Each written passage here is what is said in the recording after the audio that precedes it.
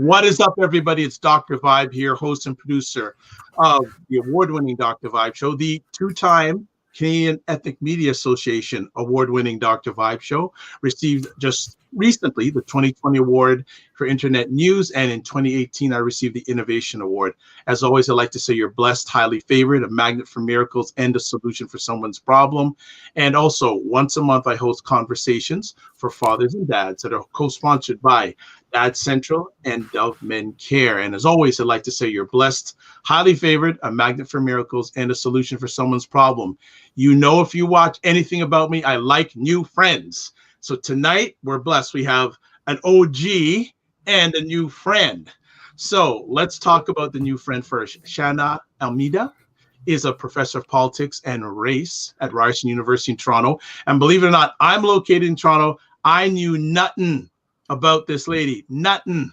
And now I'm humbled to know more about her, and she's going to be dropping knowledge bombs tonight. Before that, she spent over 6 years as a political staff in the municipal government of Toronto with first with former City Councillor Olivia Chow, amazing lady, and then chief of staff to City Councillor Gord Perks. During her time there, she spearheaded several citywide policy initiatives in the areas of anti-racism, equity, immigration, employment, recreation, public health, poverty, and housing. Her forthcoming book, Toronto the Good, with a question mark, Negotiating Race in the Diverse City, discusses what the City of Toronto does with race and racism to remake itself as a beacon of democracy, racial inclusion, and progress. So that's our first guest tonight.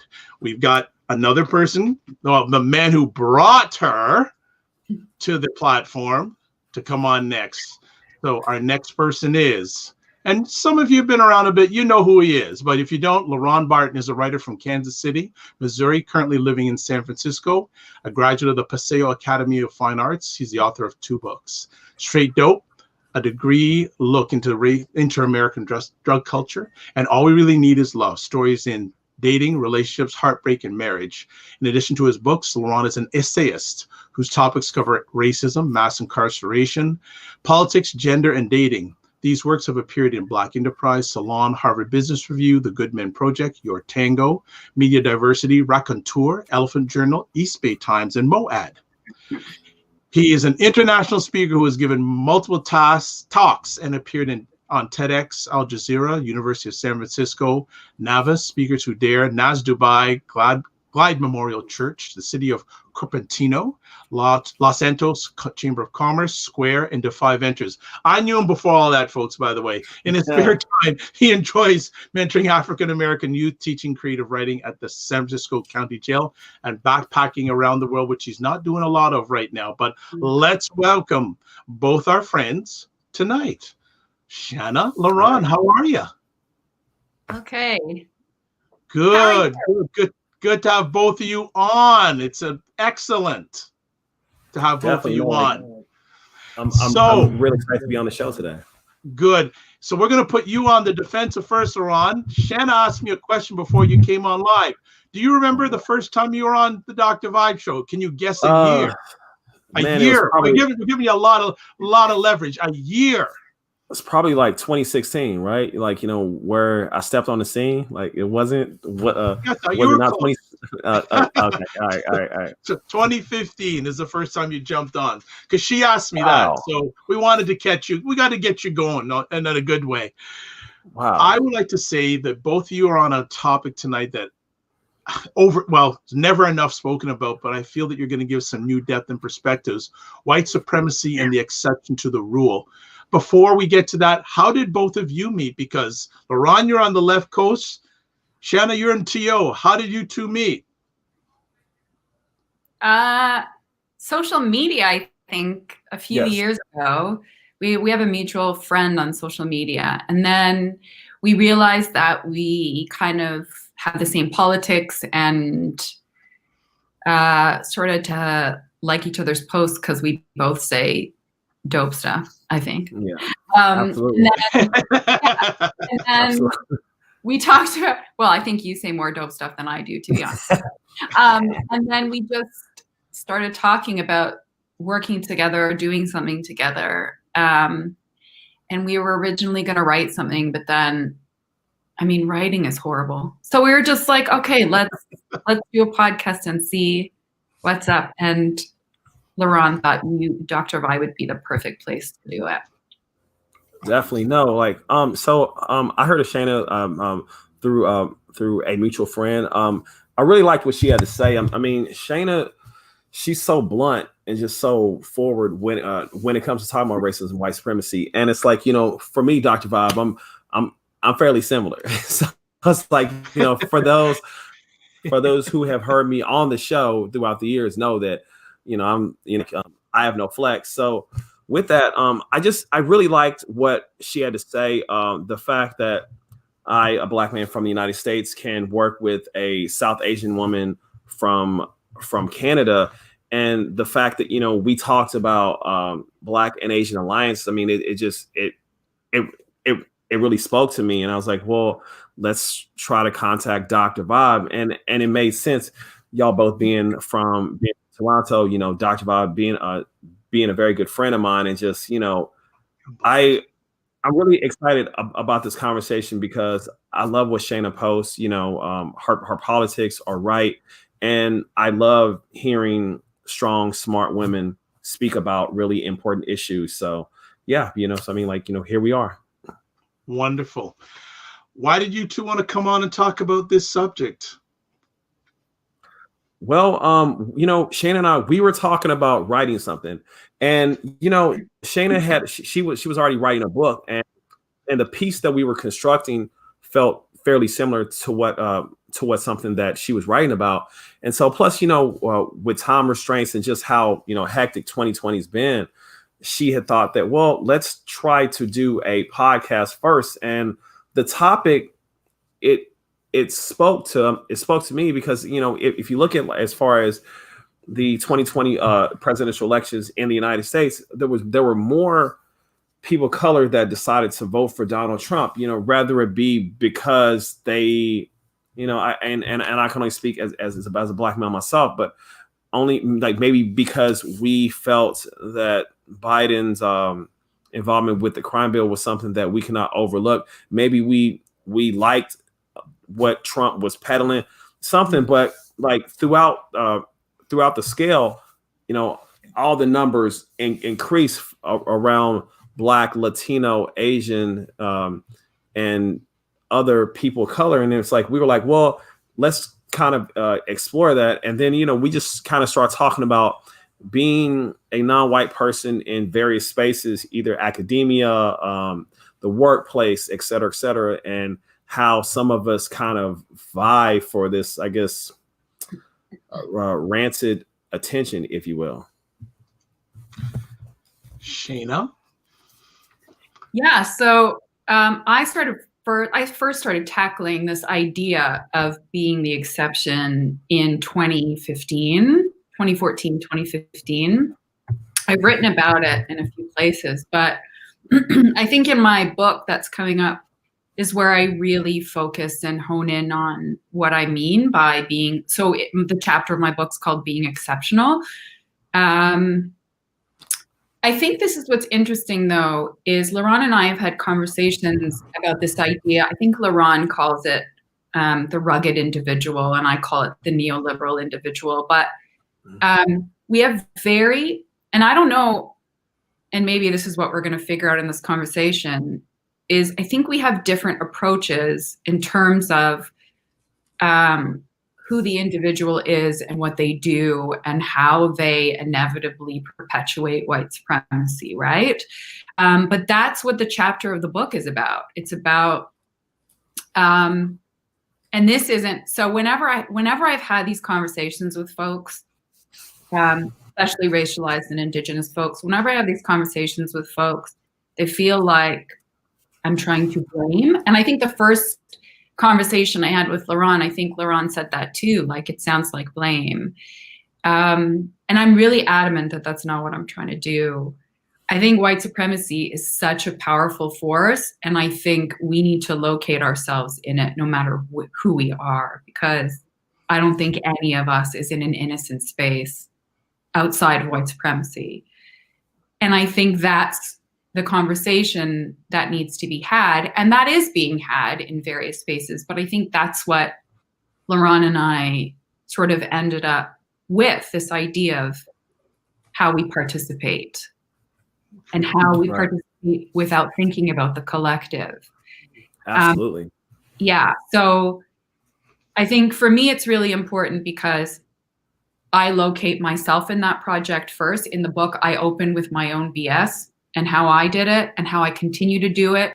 And then I interviewed city staff and I located how they did it and continue to do it too. And then LeRon's talking about the 2020 election. Biden, I mean, have they declared him won yet? I don't know.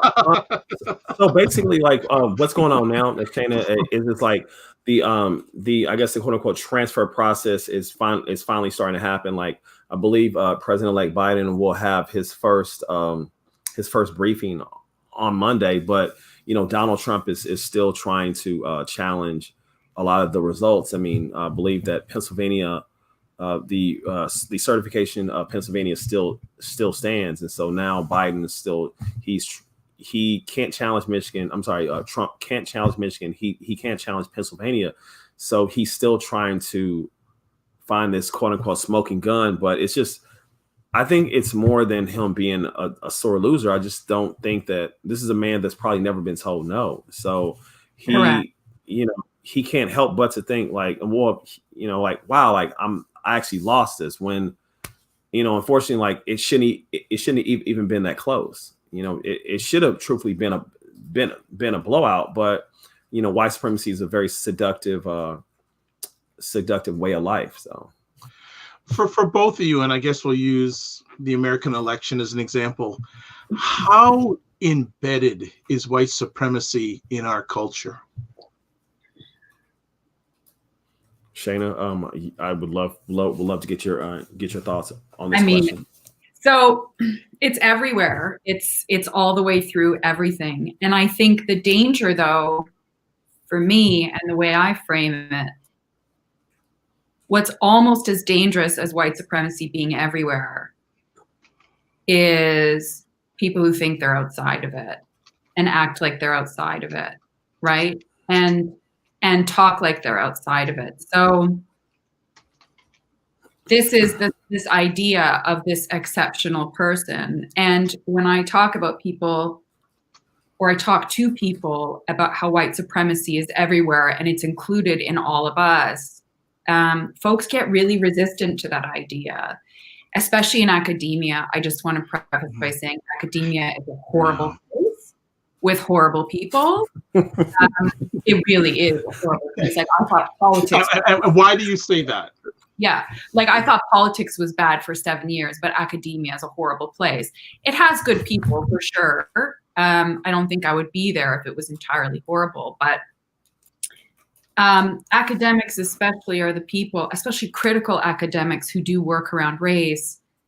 And I wrote this with a few of my colleagues last year in a piece we did together on white supremacy, where folks who do work on race or variations of race or white supremacy, whiteness, so on and so forth, they write like they're outside of it, right? They're the critical force that's outside of it and tackling it.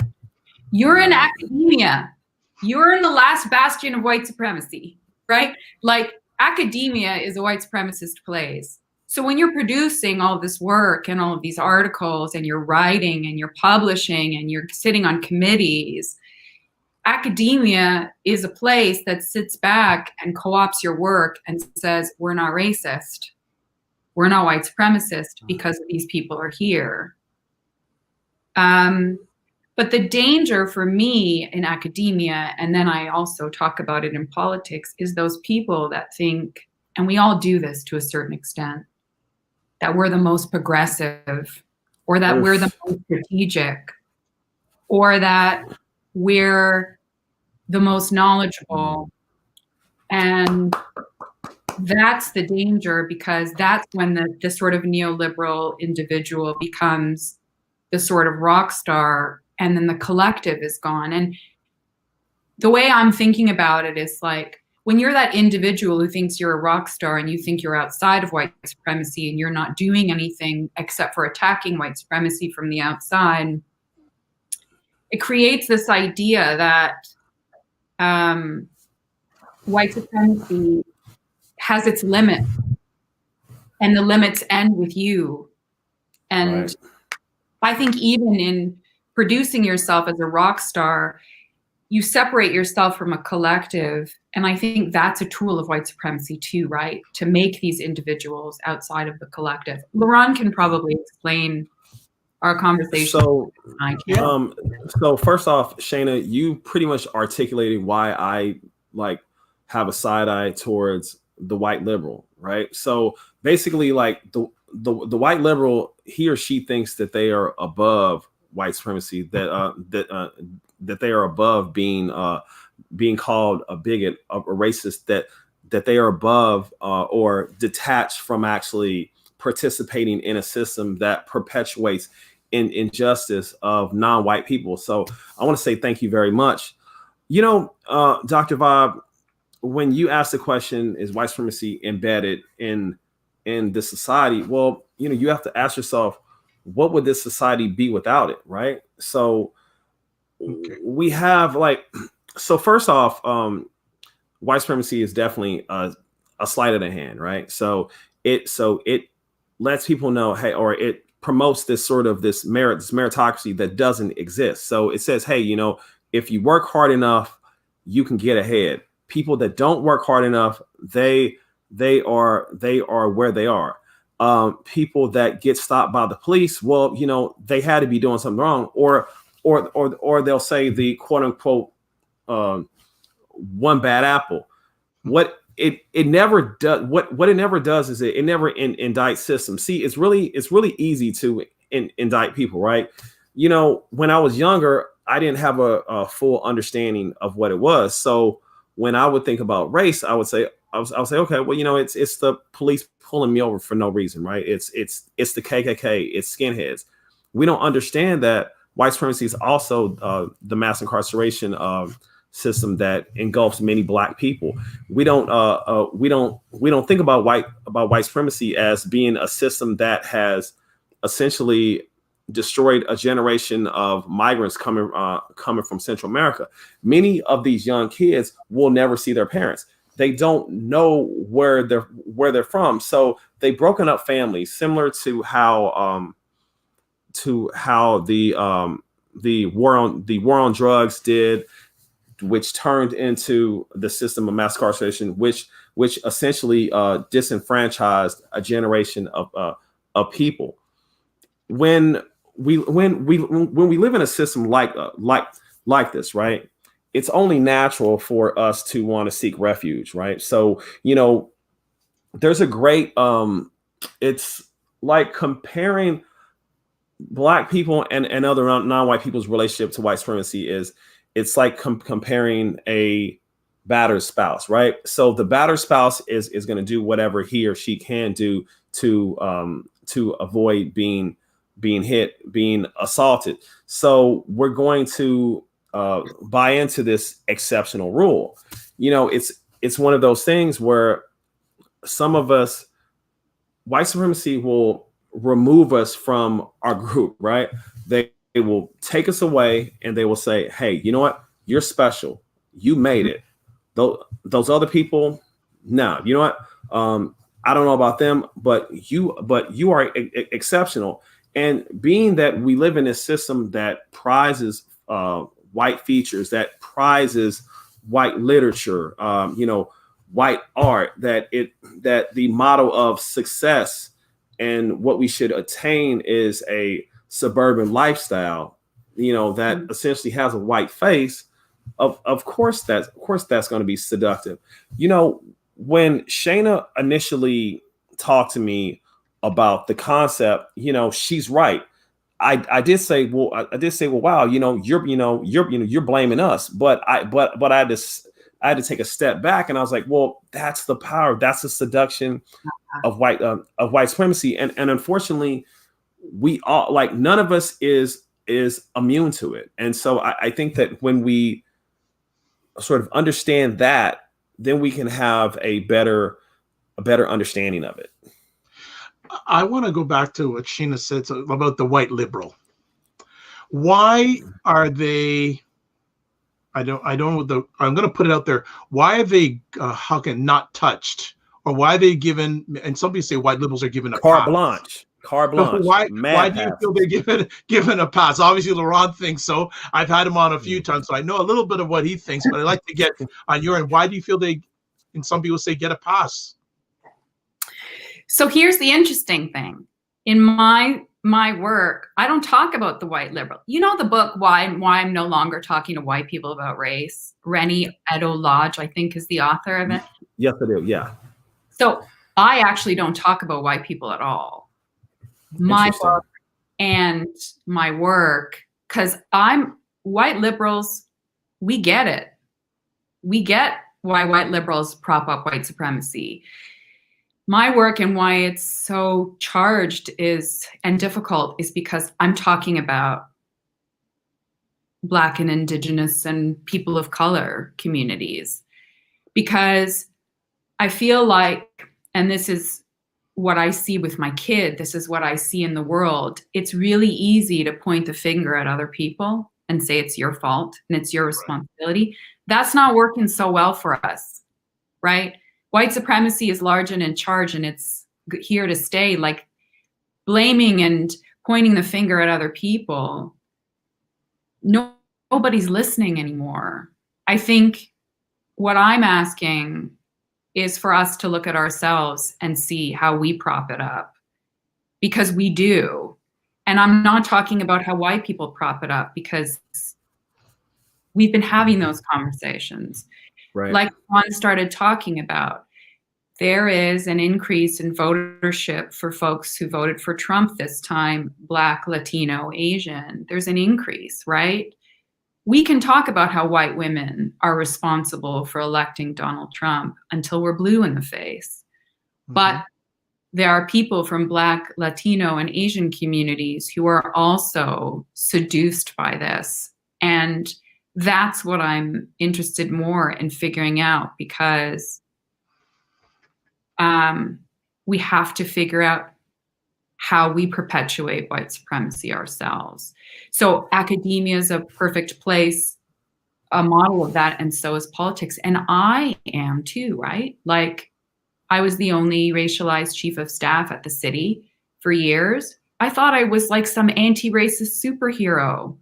I went in and did all this stuff, and I was like, look at me, and da-da-da-da-da. And all the city did was co-opt it and flip it around and be like, we are the anti-racist beacon of the world, and we are diversity, look at us. And I was so caught up in thinking of myself in a particular way as this anti-racist champion that was fighting white supremacy, that I missed how white supremacy was gobbling me up and spitting me out as its own version.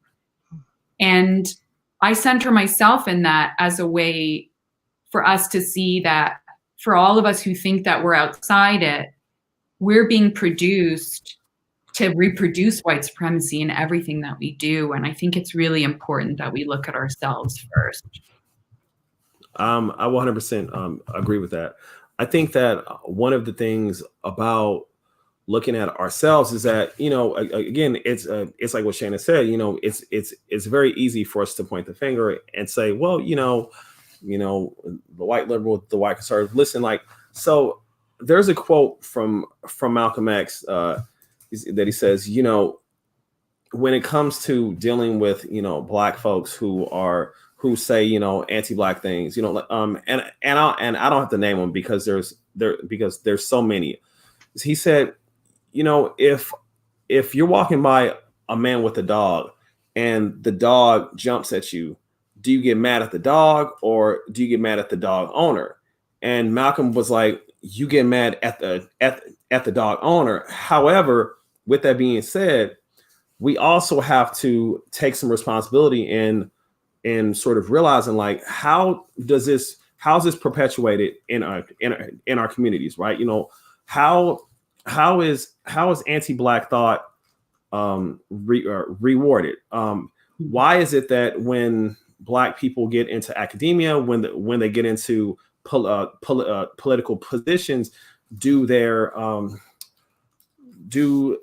sort of I guess why are their thoughts, why are their lack of a better term, why what they want to do, it gets watered down, right? You know, it gets to be just some third-rate version of what they really wanted to do. Why do they go along and start to internalize and accept anti-Black thought? So I think that is something that we need to really discuss here, and it's not being discussed. Okay. Shana, you're focusing on Black and Indigenous individuals. Why do you feel it's a hard conversation for them to have? For some of them to have? So I'm focusing on Black and Indigenous and people of color, right? Like BIPOC. First of all, I just want to make one thing clear is I'm not interested in having this conversation because I feel like there's a possibility of this being co-opted to think this is why Black people shoot each other. That's not at all where I'm going. I do this work because I want to shine a light on the absolute pervasive power of white supremacy, that it has no untouchable place, right? So I'm not invested in having conversations with, yeah, these people are guilty too. It's not about guilt. It's not about blame. The point of us looking at ourselves is actually to see how white supremacy exists in this moment through us. It's actually to shine a light on the power of white supremacy. It's not to individualize blame or to show people as being weaker or more stupid or less progressive than others. And I make that very clear. I think white supremacy is so tricky and so sneaky and so conniving that it can find its way into everybody. And I think the more that we shine a light on that, the harder it's going to be for it to be everywhere. And it's going to be everywhere. Personally, I'm not optimistic enough to think that white supremacy is going to end anytime soon. But the work is about finding out its tricks and its sneaky attempts and how it gets manipulated and how in political moments it continues to insert itself no matter what, right? And I think the more that we investigate that through shining a light on ourselves, the better we get to know white supremacy and how sneaky it is. And the better we get to know white supremacy and how underhanded it is. That's what I want us to do. That's what I'm doing. Not a blame game. Because this is the thing, like we've heard so much about these stupid terms like Black on Black crime or, Indigenous people drinking alcohol. That's not at all what I'm talking about. I'm talking about a project that seeks to expose white supremacy as a project. That's the difference, right? So I want to make that clear. Okay. LeRon. No, I totally agree. Like so many of us, we get caught up in things such as, Black on Black crime, Indigenous folks, drinking too much, just these various negative tropes about us that have been passed on from generation to generation. And a lot of that leads to self blame or, if we treated each other better, then maybe white supremacy would not see us as a target. And we all know that's just not factual. I personally believe, and I agree with what Shana's saying. There's not one part of the world, one part of society, culture, one part of life that white supremacy has not touched. Listen, I'm a Black man in America, so everything that I do, Dr. Rob and Shana, I have to factor in how do I, contort myself in a system that does not want to see me breathe, that does not like me, that despises me, that just does not want to see me succeed. So it's everywhere. And with that being said, it would be totally like we would be totally remiss if we did not acknowledge like how it seduces non-white people. Because see, listen, white supremacy cannot live, it cannot operate in a system without people who are participating. Yes, the major beneficiaries of it are white people. However, there are Black people that understand that, listen, this is a system that is crushing us. If I can do something to alleviate some of this pain, then I'll be all right. That's why, that's what Shana referenced earlier, rugged individualism. Look, when I was about 31, 32 years old, right, I looked at myself as an individual. I'm 42 now. I look at myself as a member of a collective. See, that's the difference. When we realize that it's a system and that it doesn't like individual achievement, individual wealth, whatever, it doesn't matter. Like, it's all about the collective. And one way for us to truly have the collective understand this is for us to point out why rugged individualism is such a bad thought. Why neoliberal individualism is a bad thought. Listen, we're not saying that Black people, indigenous folks, Latinx folks, Asian people can be racist. We're not saying that. Please do not misconstrue these words. What we are saying is that within this power system, some of us choose to go along to get along, and they sort of forget that, I'm a part of a group. They rather, there's an old saying, they would rather go for self. And I understand it. I don't agree with it, but because people go for self, we're not able to pull everyone else up. Like we need to totally disavow this thought of I got mine. You better get yours. No, like how about everybody get theirs? Better decisions, good decisions. I got a question here from the audience. How does a world without white supremacy look like, or what does a world without white supremacy look like?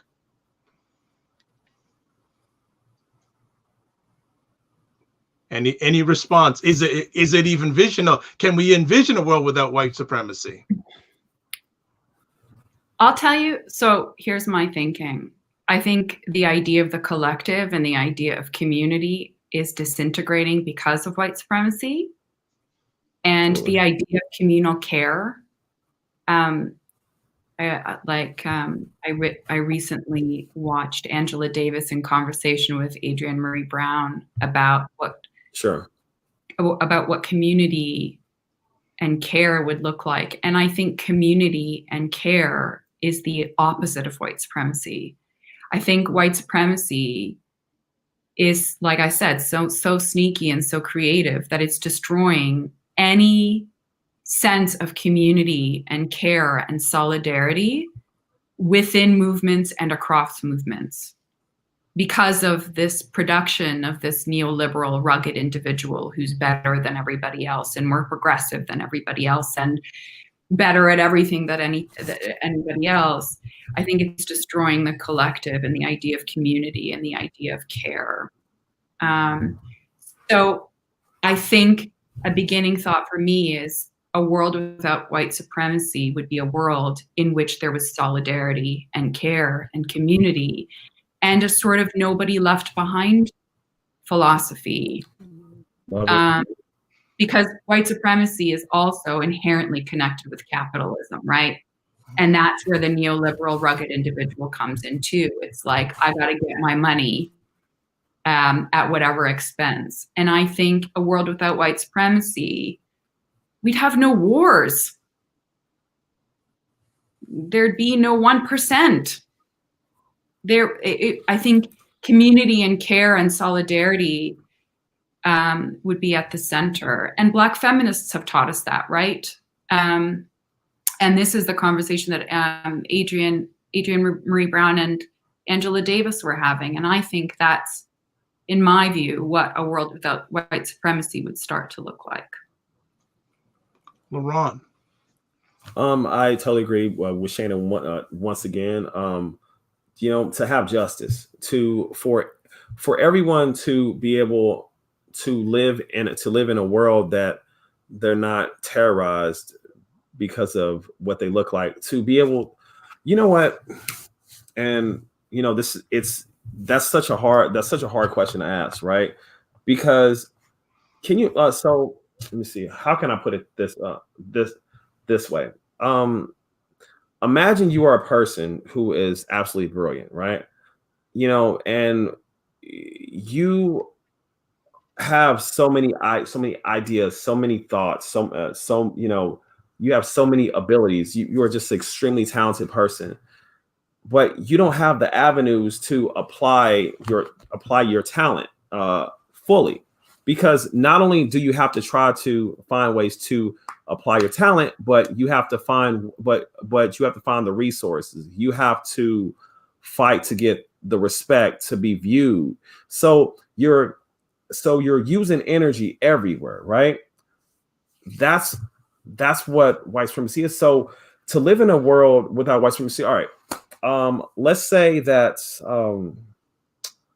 there's a movie called Paid in Full, right? I don't know if anyone saw it. It's based on a story of three guys from Harlem in the 1980s. Because so many Black men, because so many Latino men, because of so many Asian, just people who are not white, they've been locked out of the quote unquote American project. They have to use their tools, use their brain power in ways that are not legal.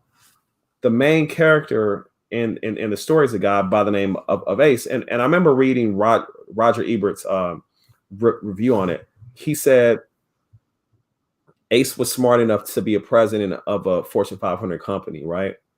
But because he's young and Black and he's not born in the right circumstances and he doesn't have any opportunities, he has to go into the drug trade. So to have a world without white supremacy is to be in a place where everyone has the same opportunities. Shana said no one's left behind. There's no war. There's no people sleeping on the street. San Francisco, for all of its liberal glory, over 50% of the homeless are Black men. In a world without white supremacy, it will be none of that. Like Black and Latinx women would not be dying in childbirth higher than anyone else. You know, the prisons would not be filled with Black men.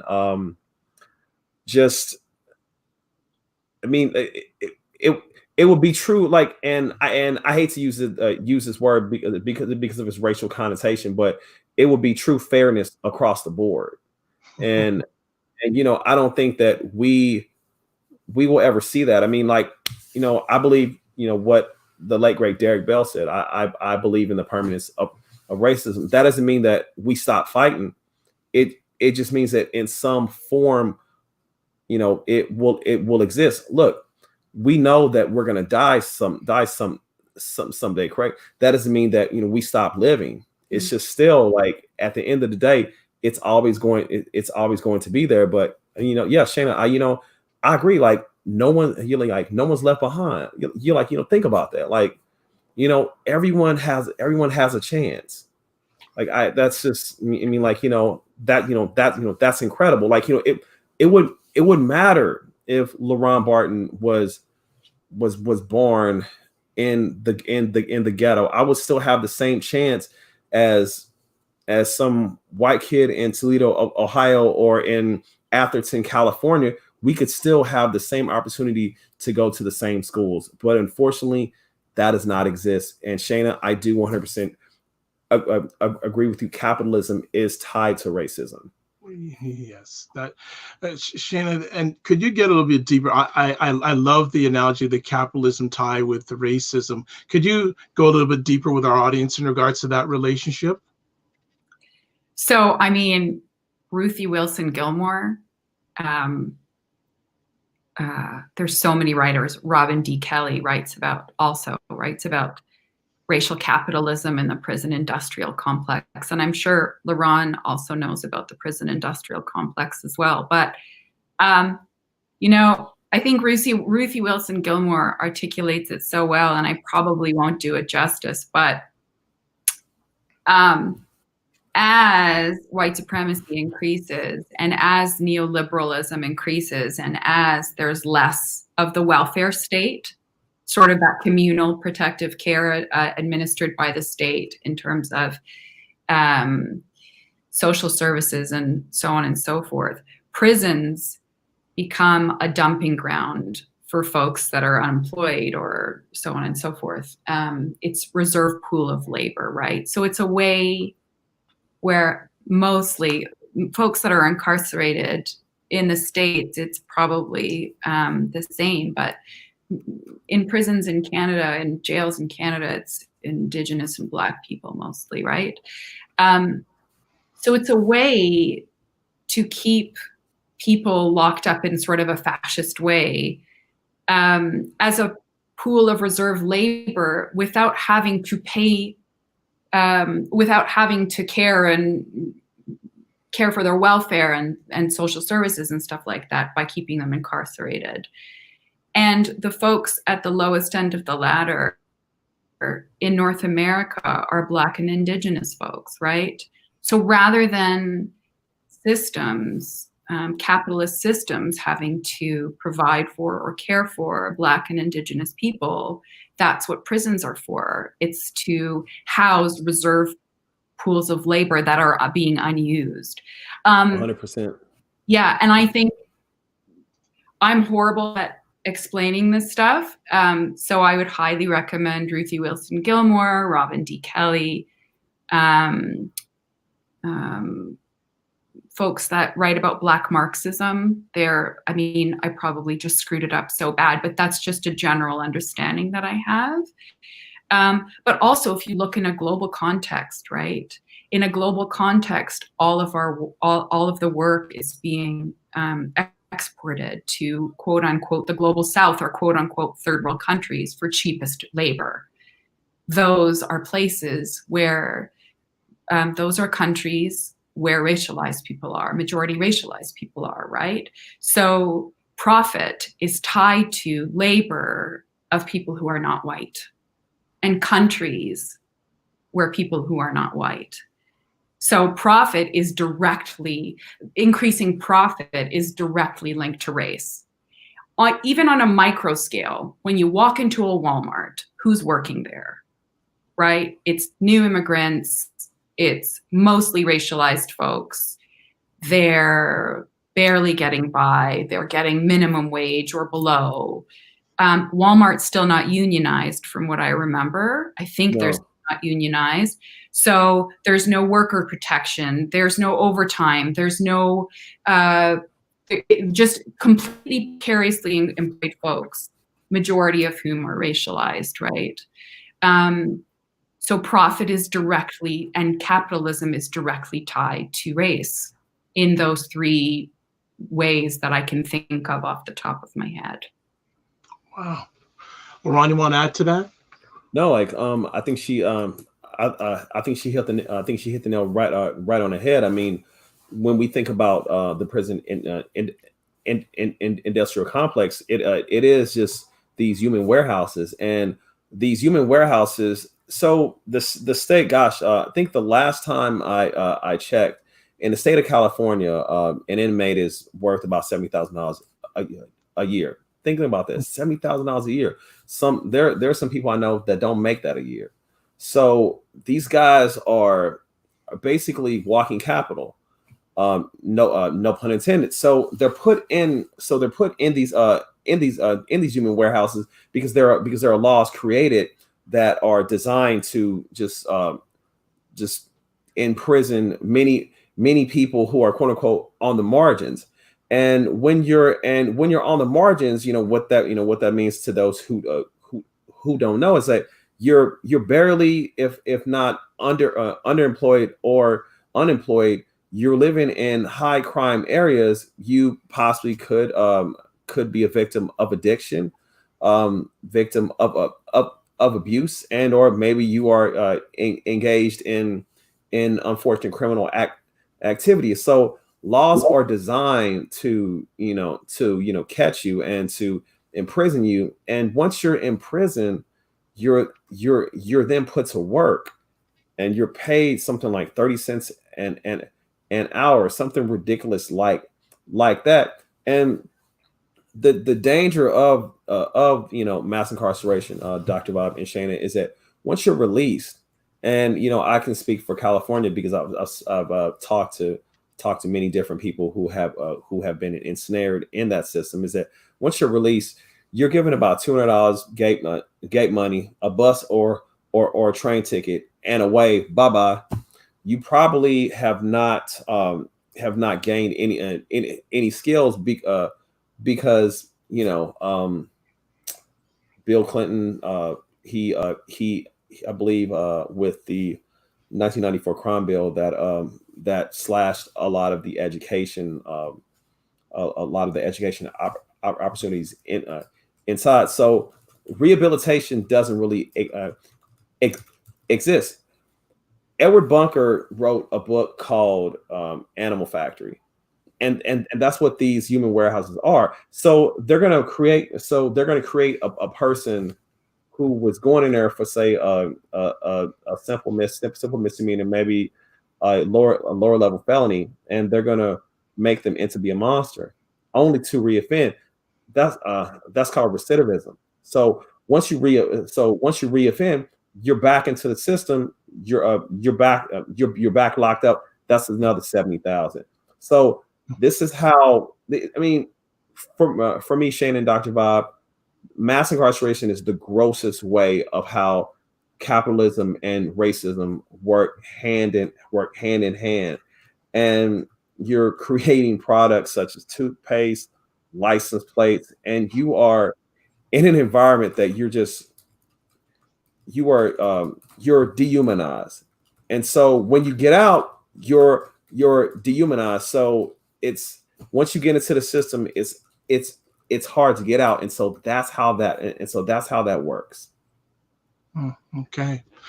What we're beginning to run out of time here, so I want to at least get one or two more conversation points. What impact has 2020 had on white supremacy?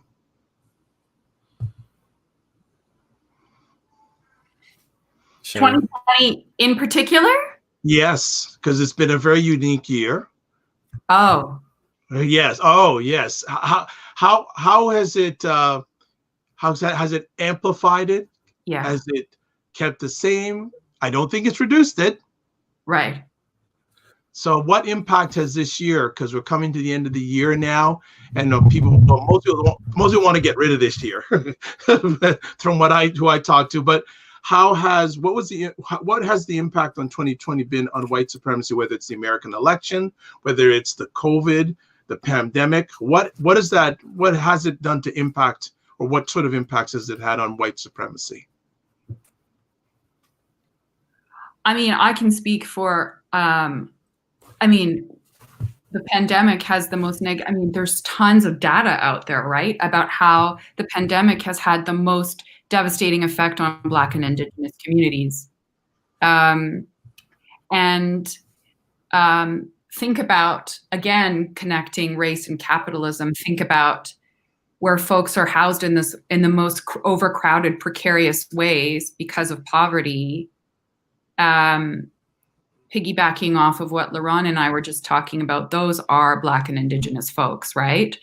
And so, especially in the city of Toronto, the numbers are astounding that Black and Indigenous communities in particular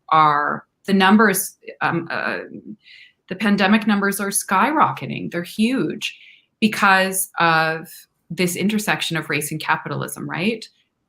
which leads to decline in standards of living. We don't have across the board standards of living. There's no pyramid of basic needs. Like, those basic needs are not being met for our most dire communities, and they are racialized, Black, particularly Black and Indigenous communities. So I think white supremacy combined with capitalism is doing its worst in the pandemic. I read a piece by Ronaldo Walcott recently, a professor at the University of Toronto. He wrote a piece about how data is also co-opted.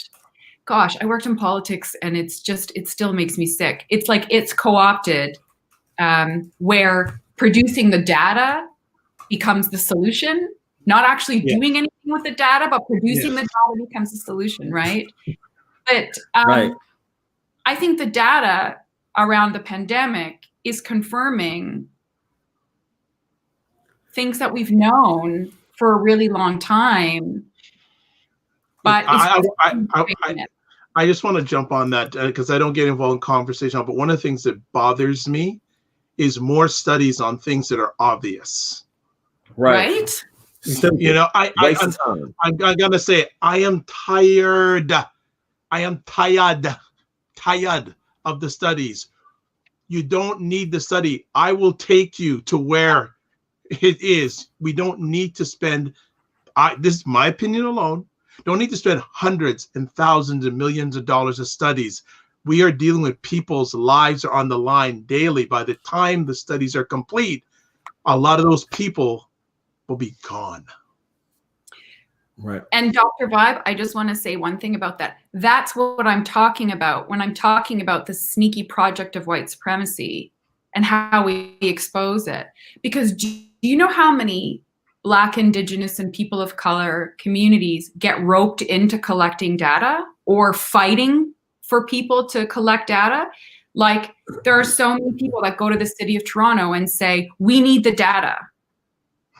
When what you said is true. We've been doing data. We've been doing studies, right? And so we get caught up in another study, another study, another set of data, another set of data. And this is not a slight against people who demand these kinds of things, because we want the proof. But, you know, when the city did their draft action plan to confront anti-Black racism, a bunch of Black activists and the city and people in the city got together and said, we don't need another study to be done. Here's the last 42 years of studies that the City of Toronto has done around anti-Black racism. Nothing has been done in terms of the recommendations. Let's start working on these. I feel like that is a strategy to combat white supremacy that we have if we looked at how we perpetuate it. Ooh, man, Shana, I love that. It kind of reminds me of you know, there's a Senate bill, I believe it's called HR 40 in the States, which is a bill that's designed to study reparations, and it's like, look, we don't need to study it. We know that it is needed, but these talks, this data gathering, it's just more ways to just delay action. You know what I mean? You're like, you know, it's not designed to do anything, because I mean, it's just like what Dr. Bob said. Listen, we don't need any more data. I can take you to personally where and show you the effects of it firsthand. Dr. Bob, regarding your question, how has white supremacy and 2020 how, you know, the effects? I mean, you know, we could talk about, you know, Ahmaud Arbery, George Floyd, Breonna Taylor, you know, and those and you know, those lynchings, but I think that, you know, succinctly, COVID-19, it goes to show you how racism works. For example, you know, Shana aptly put that the people who are affected the most are Black and Indigenous folks. That's facts. Not only from a health standpoint, but my friend Melissa, she said that over 40% of Black-owned businesses are not coming back because of COVID-19, right? That's one thing. Also, if you look at the way Black and white people, you know, and I'm just using that that binary, how we've sort of interacted and sort of taken in the news of the COVID-19 crisis. Black people, from the most part, you know, we've been wearing masks, we've been social distancing. White people, on the other hand, a good chunk of them have been resisting wearing the mask. And I have a theory behind that. Look, white folks have never been told that they cannot do anything in this country, right? So when you have, you know, several mandates that are saying, please wear a mask, please wear a mask, they're like, hold up, I'm actually being denied something. I'm actually being told that I have to do something for the first time. This is why you see so many anti-maskers, because they've never been designated with laws, suggestions, mandates that tell them that they have to do something. It's like the old saying goes, any sense of equality or you know, any leveling the playing field to the privilege seems like oppression. So this is why you have so many of them that are saying, well, that are saying, well, you know what, it's a common cold. They are totally denying science. And to be honest with you, Dr. Bob and Shana, they are primarily where we are. The third thing, you have a president who was just absolutely incompetent, and that's just putting it, you know, plainly. His handling of the coronavirus pandemic is just wow. I mean, we can't put it like we can't say mishandled, right? Because that wouldn't be doing a service to how bad he was. But so the reason why that I bring that up is that, look, wasn't a Biden fan, not a Harris fan. However, if we're going to put our horses behind a guy that has let over 260,000 people die versus a person who has a plan for that, the fact that many white people chose to throw their lot behind the guy, that highlights the difference in how we see things, and that highlighted how white supremacy still thrives in 2020. Good points. Good points. Yeah, I don't get involved in the conversations a lot. I let the guests drive the ship, but as I said, I'm tired of the studies. Yeah. And again, I agree with Shana that I no offense to people who do research. Hey, respect you, but the people that the research is being done on, they're on a thread. Right. So we're tired of that, right? You know, and I'll just add one other thing. In the US, will you ever pass a bill to help people? No. And and now in Canada, we had this like $221 million put aside for businesses, Black businesses. First of all, most of the Black businesses won't qualify. A third of that money is going to the banks. So that's why I asked both your opinions on white supremacy in 2020, because it's become amplified, and the people who are suffering the most look like us. Absolutely. 100%. I mean, just to follow up on what you're saying, Dr. Vibe, like what LeRon was just saying about, you know, more people voting for somebody who's like, there's almost 300,000 people now in the States that have died from the pandemic. Doesn't that exemplify that the collective is disappeared? This is what I'm saying. Exactly. Like white supremacy, the opposite of white supremacy is collective, care, community. If there's 300,000 people in the States and people are still voting for Donald Trump, not just white people, that is exactly a reflection of white supremacy and how it tears down collective and builds up this neoliberal, rugged individual that can pull up their bootstraps and succeed and be rich and whatever the case, be Candace Owens and survive. Right? What there's one commentator, I will not give his name, but he says the greatest supporter of white supremacy are blacks and people of color. Yeah, no, like, come on, you're like, come on, now, you're like, that's what we call in the States trolls. Like, come on, Dr. Bob, like that just sounds stupid. Like I'm just putting his opinion out there. I'm not going to give his name.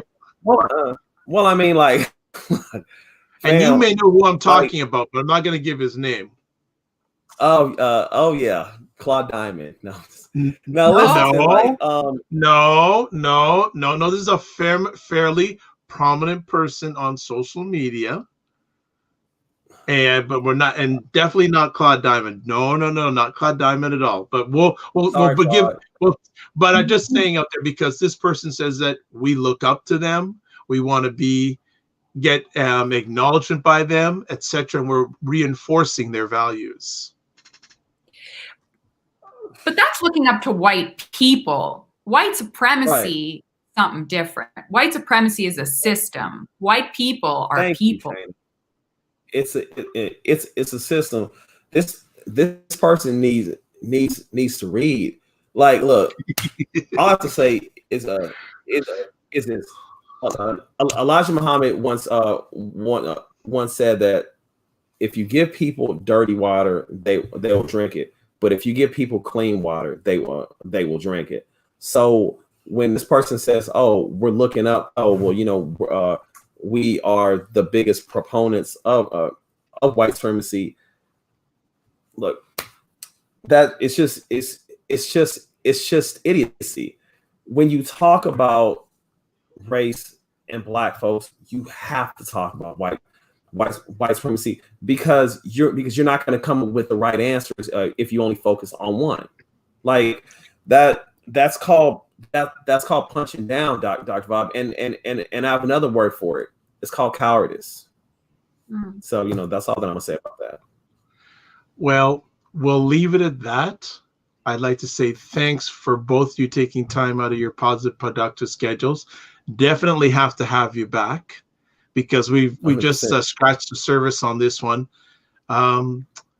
Any final comments before we let both of you go? I just want to say that I really enjoyed this conversation. Shana, you were incredible. I'm really happy to do this on the great Dr. Bob's platform. It's a Toronto thing tonight, huh? So no, it's an international thing. It's not a Toronto thing. Got it. All right. Well, yeah, no, great show, you guys. Seriously, had a good time. Any final words? I'm just gonna, for people who are watching this live on the replay, I'll certainly put your contact information available. But any final words you have for our audience? And thank you, fantastic thought process, and thank you for sharing with us. I want to say to everyone who studies racial capitalism and the prison industrial complex, I'm sorry if I butchered your incredible theories, but that's just my basic understanding.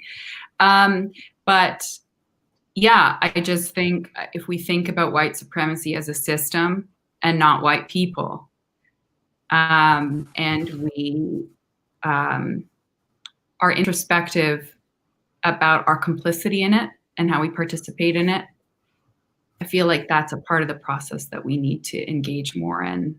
And not just think about it, right? There needs to be action behind it as well, whatever that might look like. But what it should look like is building community and building the collective. And we're doing a horrible job at that right now. So well, when's the book coming out? It'll come out in September, hopefully, depending on how horrible the reviews are. But stop it. Yeah, I don't know. But yeah, it'll come out maybe September, October of next year. Looking forward to it. Thank you so much. LeRon, any final words, and how can people get in touch with you? Yes, my name is LeRon Barton. You can find me at www.leronbarton.com. I'm on Twitter at Mainline LeRon. I'm on Instagram at LeRon L Barton, and I have a professional writing page on Facebook, LeRon L Barton. I'm always looking for great conversation and great exchange. Okay.